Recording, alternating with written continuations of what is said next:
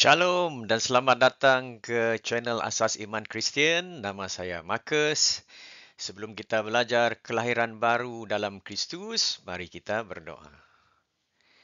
Bapa kami yang di surga, terima kasih Tuhan kerana Engkau telah mempertemukan kami di dalam channel ini. Ianya bukan satu kebetulan Tuhan, ia adalah penetapan darimu ya Bapa. Tuhan, kami berdoa mohon Roh Kudus-Mu mengajar kami Tuhan agar iman kami terus berakar dan bertumbuh di dalam Tuhan Yesus. Di dalam nama anak-Mu yang kudus, nama Tuhan Yesus Kristus, Tuhan dan Juru Selamat kami sudah pun berdoa. Amin. Ya. Jadi, topik kita yang kita akan bincangkan lebih kurang dalam 15-20 minit adalah kelahiran baru di dalam Kristus. Tanpa membuang masa, apakah itu kelahiran baru? Kelahiran baru dalam pengenalan ya, kelahiran baru adalah transformasi rohani, iaitu perubahan rohani, perubahan spiritual yang terjadi kepada orang-orang yang percaya ketika mereka telah bertaubat, ya, menerima pengampunan daripada Tuhan dan menerima Tuhan Yesus Kristus sebagai Tuhan dan Juru Selamatnya. Jadi konsep ciptaan baru ini memang tertulis di dalam Alkitab. Jadi kita akan lihat sebentar lagi. Ini bukanlah perubahan secara fizikal, ya, daripada tubuh badan dan sebagainya, tetapi merupakan perubahan hati dan hubungan orang-orang yang percaya dengan Tuhan. Waktu mereka berdosa, waktu mereka sedang bergumul di dalam dosa, hidup di dalam dosa, mereka jauh daripada Tuhan, jadi mereka tidak mempunyai hubungan dengan Tuhan. Bila mereka sudah menerima Tuhan Yesus sebagai Tuhan dan Juru Selamat mereka, maka hidup mereka diubahkan oleh Roh Kudus. Jadi ciptaan baru ini adalah satu yang diperlukan untuk masuk dalam kerajaan Allah.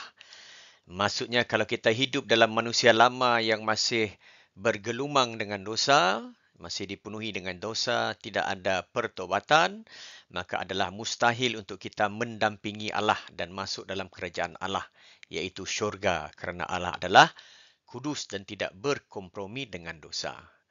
Seperti kata Tuhan Yesus dalam Yohanes pasal 3, Aku berkata kepadamu, aku di sini adalah Tuhan Yesus ya. Sesungguhnya jika seorang tidak dilahirkan kembali, ia tidak dapat melihat kerajaan Allah. Jadi ini pentinglah konsep kelahiran kembali ini yang memang satu ajaran asas di dalam agama Kristian. Apakah itu kelahiran baru? Kelahiran baru ini bermaksud kelahiran yang terlaksana ataupun yang dilakukan oleh Roh Kudus di dalam kehidupan orang yang percaya. Jadi ianya bukannya kelahiran daripada daging. Seperti dalam diskusi atau perbincangan Tuhan Yesus bersama dengan guru agama Nikodemus di dalam kitab Yohanes, anda boleh lihat sendiri selepas ini, di mana Nikodemus bertanya kepada Tuhan Yesus, ya, adakah maksudnya macam mana saya yang sudah tua ini boleh masuk kembali ke dalam rahim ibunya? Ya. Jadi bukan itu yang Tuhan Yesus masukkan. Yang Tuhan Yesus maksudkan adalah transformasi rohani. Ya. Jadi kelahiran baru ini adalah pembaharuan hati dan fikiran oleh Roh Kudus untuk orang-orang yang percaya. Seperti kata Tuhan Yesus dalam Yohanes 3 ini yang baru saya katakan tadi ya. Sesungguhnya jika seseorang, iaitu jika manusia tidak dilahirkan dari air ini maksudnya penyucian ya, dan roh transformasi, ia tidak masuk dalam kerajaan Allah. Itu maksudnya kelahiran baru. Bukan kelahiran secara fizikal tetapi lebih kepada spiritualitas. Mengapakah orang yang percaya perlu dilahirkan baru? Satu sebabnya adalah kerana semua manusia telah berdosa. Anda boleh lihat video yang sebelumnya tentang konsep dosa ini ya. Jadi dosa, semua manusia telah berdosa dan telah terpisah daripada Allah. Bila Adam dan Hawa jatuh ke dalam dosa, ditipu oleh iblis ya. Jadi dosa ini berakar di dalam diri mereka dan kemudian diperturunkan daripada satu generasi ke satu generasi. Jadi perkataan semua di sana menyatakan tidak kira apa bangsa agama dari suku mana, lelaki perempuan besar kecil, semua wanita semua manusia, bukan wanita saja, manusia berdosa dan terpisah daripada Allah. Kenapa terpisah? Sebab Allah adalah kudus dan tidak berkompromi dengan dosa. Jadi tanpa dilahirkan baru, tanpa ada penyucian darah Tuhan Yesus, tanpa ditransformasikan oleh Roh Kudus, tidak ada kehidupan yang kekal, tidak dapat masuk dalam kerajaan Allah. Sebab hanya kerajaan Allah saja di syurga yang kekal. Semua langit dan bumi ini akan berlalu. Kelahiran baru juga mengubah status kita daripada seorang yang berdosa kepada anak-anak Allah. Jadi ini adalah menunjukkan hubungan yang rapat. Ya, bila kita menerima Yesus, kita bukan jadi hamba-hamba Allah, tapi anak-anaknya. Kerana hamba tidak berhak ke atas waris ibu bapanya, ya. Tetapi orang yang percaya diangkat oleh Allah Bapa melalui kematian Tuhan Yesus di kayu salib menjadi anak-anaknya. Jadi kita adalah waris-waris kerajaan surga, ya. Ini tertulis di dalam Alkitab. Seperti kata Roma 3:23 itu, semua manusia telah berbuat dosa dan kehilangan kemuliaan Allah. Maksudnya di sini, kehilangan interaksi dengan Allah, kehilangan hubungan dengan Allah. Bagaimanakah seseorang itu dilahirkan baru? Bukan kelahiran fizikal seperti yang telah kita nyatakan tadi. Jadi kuncinya adalah dengan menerima anugerah keselamatan daripada Allah Bapa yang penuh kasih, dengan percaya bahawa Tuhan Yesus telah mati di kayu salib, ya, telah dibangkitkan dan kini duduk di sebelah kanan Allah, iaitu pendek kata percaya kepada Tuhan Yesus Kristus sebagai Tuhan dan Juru Selamat. Kenapa perlu ada Juru Selamat atau Savior di sini? Bermaksudnya manusia tidak dapat menyelamatkan dirinya sendiri. Walaupun dia banyak berbuat baik, walaupun dia banyak beramal dan sebagainya, ya, tetapi ini tidak mencukupi. Kerana amalan baik tidak dapat menutup dosa. Ya. Amalan baik tidak dapat menutup dosa. Yang dapat menutup dosa hanyalah darah Tuhan Yesus Kristus. Ini menurut Alkitab. Dan apabila kita menerima Tuhan Yesus Kristus sebagai Tuhan dan Juru Selamat kita, kita bertaubat daripada dosa kita. Ya. Jadi Roh Kudus akan turun di dalam hati kita dan memperbaharui hidup kita. Ya. Jadi Efesus 2:8-9, sebab kerana kasih karunia kamu diselamatkan oleh iman. Iman ini kepercayaan. Itu bukan hasil usahamu tapi pemberian Allah. Ya, iman kepada Tuhan Yesus. Dan keselamatan ini ataupun kehidupan baru ini adalah pemberian daripada Allah Bapa. Kerana Dia begitu kasih kepada kita, Dia ingin semua manusia diselamatkan. Tidak ada satu pun yang tertinggal. Apakah perubahan yang terjadi setelah orang percaya ini dilahir baru? Yang pertama sekali, hidupnya akan mula dipimpin oleh Roh Kudus. Jadi salah satu doa yang baik, ya, yang berkuasa, yang kita orang-orang percaya harus doakan setiap hari adalah doa, contohnya, Bapa, Roh Kudus, sila pimpin langkahku pada hari ini di dalam segala yang aku lakukan. Maksudnya kita menyerahkan Roh Kudus untuk memimpin langkah kita. Sebab sekarang ini bukan kita hidup sendiri, tapi kita hidup dengan dipimpin oleh Roh Tuhan. Ya. Jadi keinginan untuk hidup dan menjauhi dosa. Ini perubahan satu. Kalau dulu dia belum ciptaan baru, ya, mungkin bila dia berdosa itu dia tidak ada rasa apa-apa. Bagi dia dosa itu satu yang biasa. Kerana sudah biasa dengan dosa, bergelumang dengan dosa. Orang yang sudah menerima Tuhan Yesus dan dibangunkan dan diperbaharui oleh Roh Kudus, ya, dia akan mula menjauhi dosa. Dia mula jijik dengan dosa. Dia tidak suka dengan dosa. Kalau dia jatuh dalam dosa pun dia akan cepat-cepat mohon pengampunan daripada Tuhan. Kerana itu sudah bukan menjadi sifat dia, ya, yang semula jadi.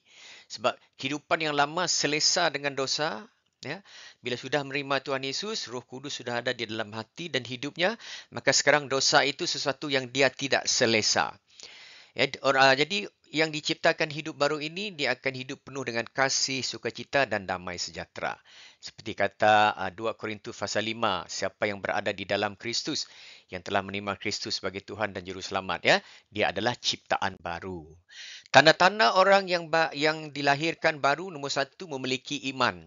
Dia mula percaya kepada Tuhan. Dia mula berjalan dipimpin oleh Roh Kudus. Nombor 2, dia hidup dalam kasih dan ketaatan kepada firman. Dia berdoa, dia membaca firman, dia bersekutu dengan orang-orang yang percaya yang lain, ya. Jadi dengan itu dia mula belajar mengasihi dan mula belajar mentaati firman Tuhan.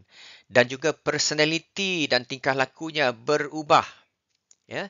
Dengan dia mula menghasilkan buah-buah roh dalam kehidupannya seharian. Ya, seperti ditulis oleh Paulus kepada jemaat di Galatia, buah roh adalah kasih. Dia mula belajar mengasihi, dia bersukacita, dia lebih tenang dan damai. Ya, Roh Kudus memberikan dia kesabaran. Ya, dia mula bermurah hati, mula melakukan pekerjaan-pekerjaan yang baik. Ya, setia kepada Tuhan, setia kepada pasangannya. Ya, dia mula menunjukkan sifat lemah lembut dan menguasai diri. Dulu dia hidup dalam hawa nafsunya, tapi kini dia hidup berpandukan firman Allah dan dituntuni oleh Roh Kudus. Itu maksudnya tanda-tanda orang yang dilahirkan baru. Jadi macam mana kita tahu orang itu dilahirkan baru? Ada perubahan dalam hidupnya dari segi kelakuannya, tingkah lakunya, perbuatannya, percakapannya dan sebagainya. Orang yang percaya hidup dalam identiti yang baru menjadi anak-anak Allah dan pewaris kerajaannya. Ini yang kita bincang tadi, ya.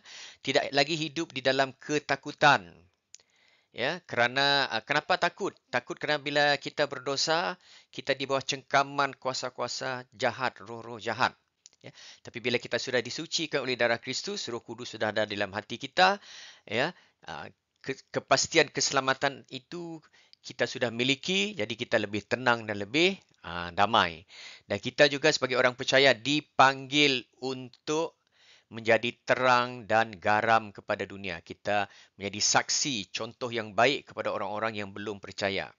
Di tempat kerja kita, di kolej dan universiti, di kejiranan kita, di mana-mana kita berada. Ya. Roma 8 ayat 15 mengatakan, kamu telah menerima roh yang menjadikan kamu anak Allah. Ya.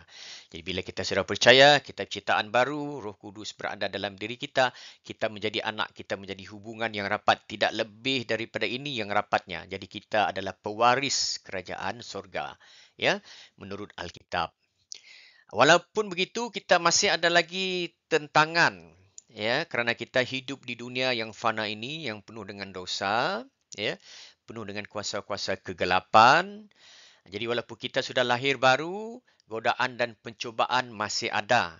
Tetapi kini kita tidak bergantung kepada kekuatan kita sendiri.